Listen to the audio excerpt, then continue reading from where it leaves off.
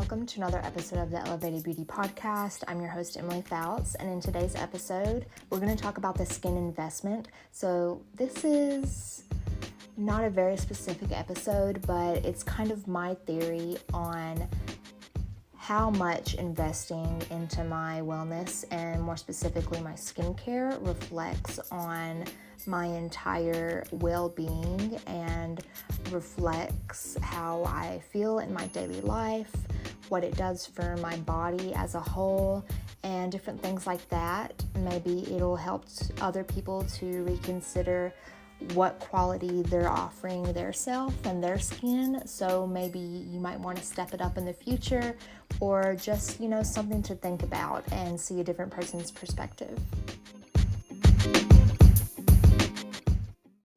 So when I initially thought about the topic for this episode, obviously I was thinking about the impact that a proper skincare routine has on your whole skin as an organ, because it is very apparent when people don't take care of their skin what impact that has, what negative impact that has. So say someone that has worked outside most of their life in the state of Arizona, they get a lot of sun there. They are a lot closer to, they're a higher elevation, so they are a bit closer to the sun. It's very dry there. So if you don't take proper of your skin, you are going to age much, much faster than someone who may take care of their skin better. And not only in the appearance and actually the deterioration of your cells, but what the deterioration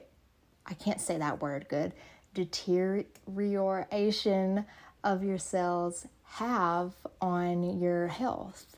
It increases your risk for skin cancer. So obviously that is something I was thinking about as a way to invest in your skin, that wearing SPF daily, reapplying, being aware of how much sun exposure you're getting, taking precautions, what else? Using an antioxidant serum, inducing cellular renewal. So all of those different things are going to have a positive impact on your skin and your health. So yeah, that was my first thought. But after I thought about all that, I was like, I feel like investing in my skin, not only does it literally benefit my skin, but it benefits my mental health. And I feel like I talk about that a lot. If anyone really asks me, my theory on the wellness industry is not only vanity, it's actually like half vanity and half just nurturing your body, and in turn that nurtures your mind. So it does for me, at least. I need to self-serve in order to soothe my mind and feel at peace and feel relaxed. And a big part of serving myself is to take care of myself, literally. Not only by taking care of my body physically, like nurturing my skin, making sure I'm taking care of it on a cellular level, but also making sure that I'm taking care of my body at a cellular level by the things that I consume. So I've become very aware of what things that I may eat can be harmful to me, can cause inflammation, can cause gut issues. So I've started to implement more foods that are rich in antioxidants, diminish more foods in my diet that do cause inflammation, and trying to stay away from high sugar, anything that's processed, different things like that. And so not only do I know that that is benefiting my body internally, thus externally, but also it makes me appreciate myself more because I know I'm taking that extra step to take care of myself, and I actually feel better. I have drank like a few Dr. Peppers this past week because I bought a 12-pack for my daughter's birthday, and we ended up not having her birthday, so we just kept them all, and I drank like all but 2 of them. So I definitely felt that after I was drinking those sugary drinks, because typically I will only drink water or coffee. And when I drink my coffee, I don't put a lot of sugar in or anything. I just literally make cold brew coffee and that's it. But yeah, after I drank that, I was like, this is having an impact on me. It's making me feel like shaky. I can feel the caffeine. I can feel the sugar. And then I was wanting more of it. I was feeling that addiction. So that's why I don't consume that on a regular basis. And I grew up in Louisiana, and I'm used to drinking sweet tea, and we put a cup and a half per gallon, a cup and a half of sugar per gallon, and that's a good bit of sugar. But whenever I moved to Washington, I stopped making sweet tea because I couldn't find the tea bags at Walmart, and so I was like, whatever, they just don't have tea bags here. But obviously they did. But I also kind of wanted to lean into more of a healthy eating lifestyle whenever we moved there as well. So I've been without, I mean, I drink it from time to time. If I eat out at a restaurant, I'll order a sweet tea. Excuse me, but we don't normally eat out. So yeah, I stay away from all that stuff, and it doesn't make me feel as good about myself whenever I do eat or drink those things. So just by mentioning all that, like, what I mean is taking care of myself in the way that I eat. It helps my mental health. It helps me keep like a positive self-image, and it literally makes me feel good, because when I get into a state of mind where I'm just like feel sluggish, I feel low energy, it's hard for me to get out of that. It's hard for me to make myself get up and do things that are beneficial to me and my family. So that's why I like to keep myself going at kind of a healthy pace, is because it's hard for me to gain that momentum back. So yeah, that's like my kind of exercise, I guess, is making sure that I'm holding myself accountable for these things. So I kind of want to switch gears and get into literally talking about investing in your skin. So the main idea of this episode, investing in your skin by using products that are custom to you, custom to your skincare concerns, whatever environment you may be in. So again, like if you're living in a really dry climate like Arizona, you need to invest in a really nice emollient moisturizer and an SPF that you love, because the best SPF is one that you love, one that you're going to reapply. Because if you don't like the SPF you're using, you're not going to reapply it. So I really like to make sure that all of my clients really enjoy their SPF. It makes them feel good and it feels nice. And that's why I've gone through like so many different ones. And the one that I really settled on is Tizo SPF Face and Body. But then I also really like the Lyra Clinical Tinted SPF because it is a bit thicker, and it is not quite, it's not matte, but it's like in between a matte and a regular one. So it has like a little bit of a velvety finish, whereas the Tizo Face and Body is more hydrating, I guess, but it doesn't leave you greasy. So I've really tried to find ones that I know I love and other people could love. So yeah, back to what, I lose track so quickly. So yeah, you want to invest, depending on what climate you're in, you want to invest in those proper products. And then you want to invest in products that are tailored to you specifically, because the impact that it's going to have, like if I asked 5 people, like 5 random people, are you in love with your skin? Like, is your skin your dream skin? And that might sound stupid, like your dream skin, but for people that have suffered with skincare issues like acne and different conditions like that plays a big role on your mental health and how you present yourself to the world, your self-image, your confidence. And for someone who's never had to deal with any of that, you might hear me say like, oh, is that your dream skin? And you might think that's so stupid because that's not even something that crossed your mind. But I remember when I was dealing with horrible cystic acne and when I was a teenager, like I would look at, family members, my friends, and be like, they don't have acne, like I wish I had, that sounds so weird, I wish I had their skin. But no, like I wish I had skin like that. I remember thinking that so many times. So if I ask 5 random people, like, the skin that you're in right now, the condition of your skin, is it something that you're happy with? Or is there something that you feel like could be improved? I guarantee you all of them will say that no, they're not happy with their skin and there could be an improvement. And the way to get an improvement and to get the skin that you dream of and that you desire is to use a custom routine and to invest in yourself. So I've said this a million times. A lot of estheticians say it, like, don't go for things that are trending. We do see these videos. I've seen them, and they really resonate negatively with me. So it's these really pretty girls that have, like, what's the term I'm looking for? Glass skin. And they're making these videos and they're like, how I cleared my skin. And then they do this routine that they have, this random routine that worked for them apparently. And yeah, maybe they did have skin condition or skin struggles before that. But we don't know that. And even if they did, whatever they're using happened to work for them. And it might not even be a direct link to the products. They might have made a lifestyle change. They might have eliminated dairy from their diet, or they might have eliminated whatever was triggering in their life, something they were consuming, a vitamin they were taking, a medicine they were taking. So they might have eliminated something and it wasn't a direct result of those products. But just to say all that, I'm saying that what works for someone else will not work for you.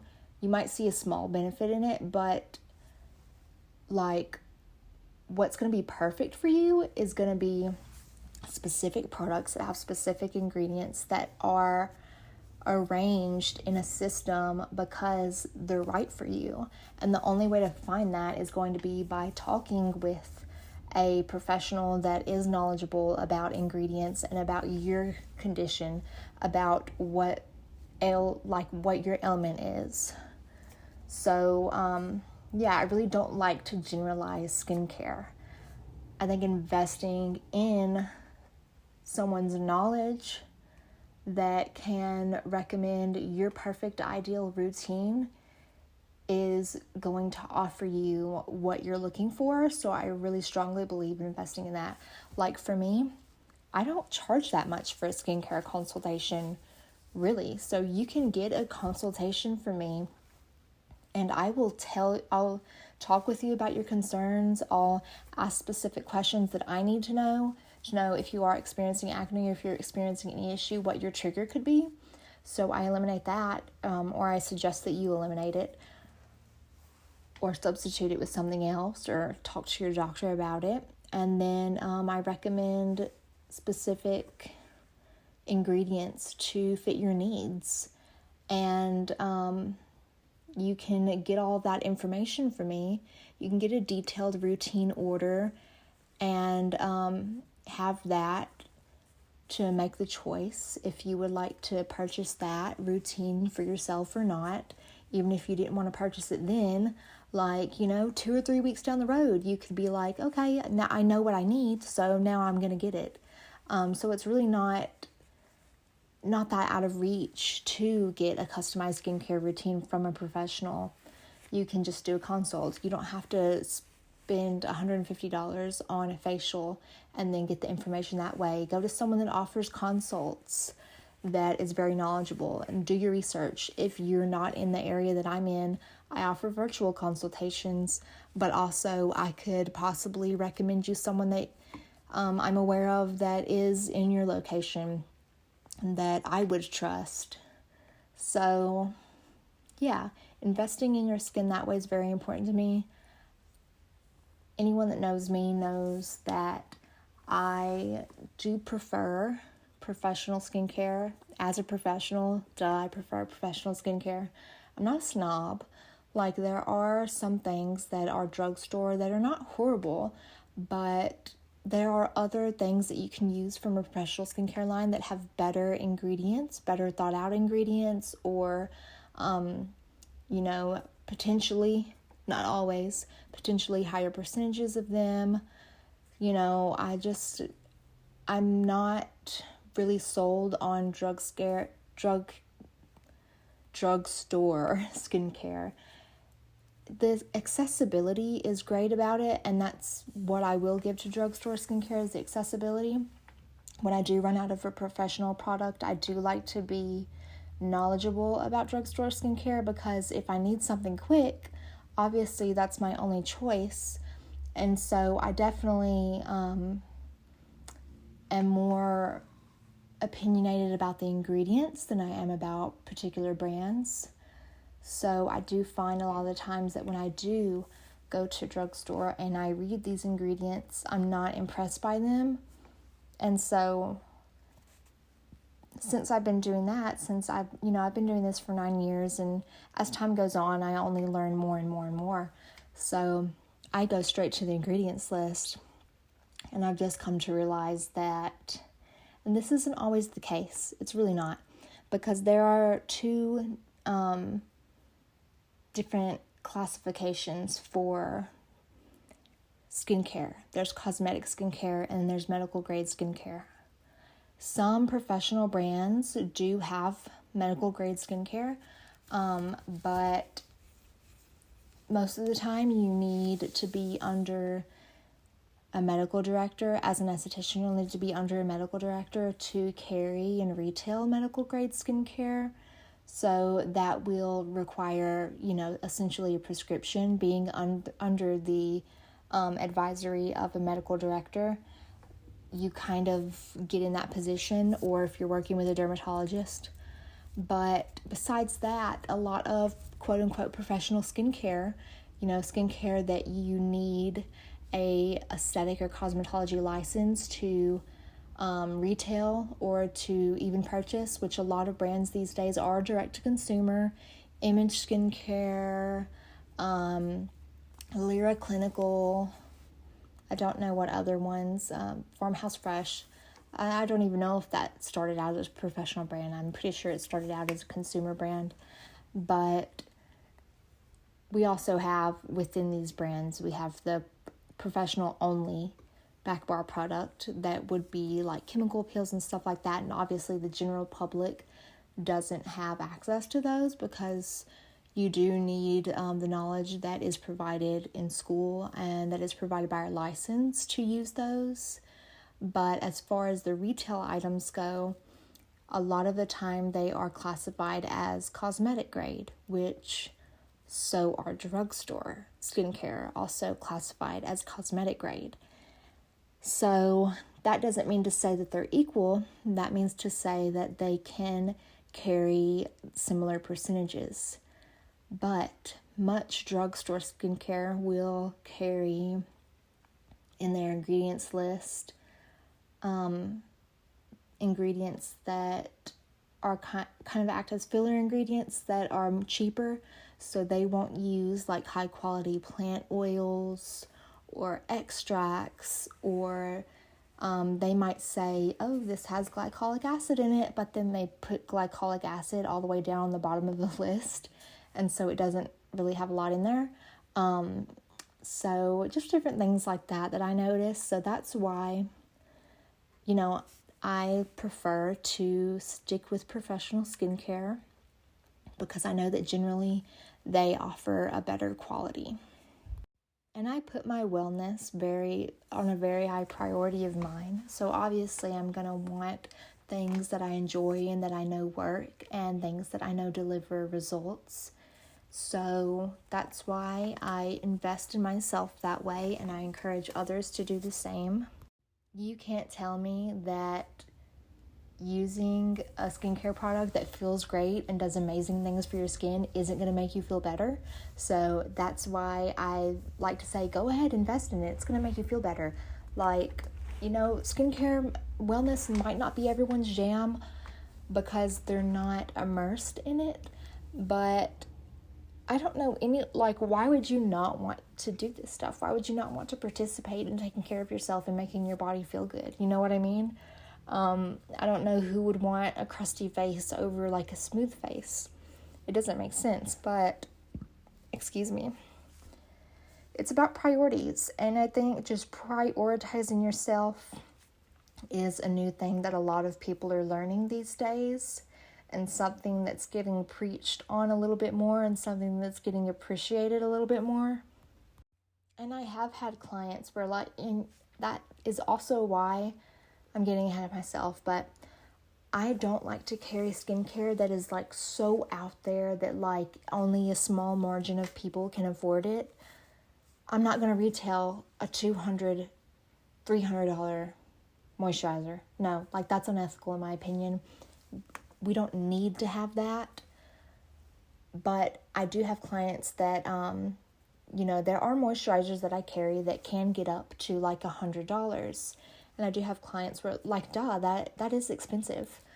But here's the question that you need to ask yourself. Is this going to deliver results for me? Can I make it work?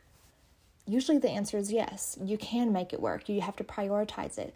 But also, this product will go a long way. Like, it's going to last you 3 months.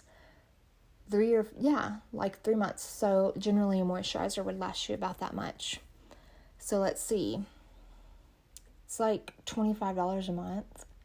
That's too easy. So it's all about prioritizing stuff. And I think I've said this before, like I go without certain things. I don't go and eat out at restaurants a lot. I don't go shopping for myself all the time.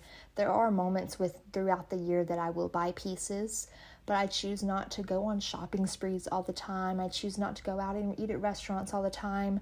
I am a little bit more wise with my money because I know where I like to invest it. I know that I like to get high quality skincare and just take care of my body because that's what is important to me, and it is what makes a big difference for me about how I operate throughout my daily life. So yeah, compared to a moisturizer that you can pick up at Target that's $25, spending $75 more than that is going to seem a little ridiculous.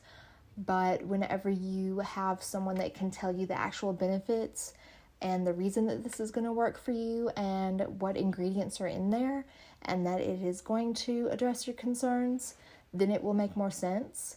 And once you actually experience the impact that it has on you, you will be willing to make that investment because there is a return of investment there. Anytime that I've ever used drugstores, I'm having big problems saying drugstore today. Anytime I have used drugstore skincare, I have not seen the return of investment at all. It does the thing, it cleans my skin, and then it applies kind of like a superficial hydration over it. I've never used a drugstore moisturizer that did a truly good job at moisturizing my skin. It always kind of just like left a film over, or it clogged my pores. So anytime I have invested in drugstore skincare, I've never seen that return of investment. But using professional skincare, I always see that return of investment. I know it's something that I can rely on, so I will easily reinvest in it over and over and over again. And that's something I've actually gotten my husband to appreciate as well. You know, he's been with me for 10 years now, and after 10 years of, subtly being exposed to my idea about self-care and like seeing how, I take care of my skin and everything that I do and what the purpose is of it, he's come to understand how it's beneficial. So he does apply his SPF now. He exfoliates because he sees the return of investment. It makes him feel good. So yeah, it's just all about knowledge. There's power in knowledge.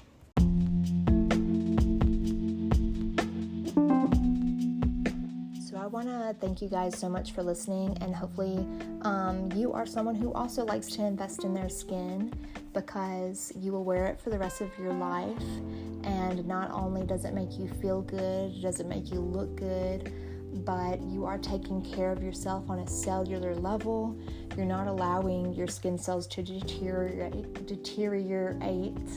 God, that's another one. You're not exposing yourself to a higher risk of skin cancer and different things like that. So hopefully you understand equally as I do that the return of investment is huge when taking care of your body. So, as always, I will see you guys next Monday, 8 a.m. Mountain Standard Time for another episode.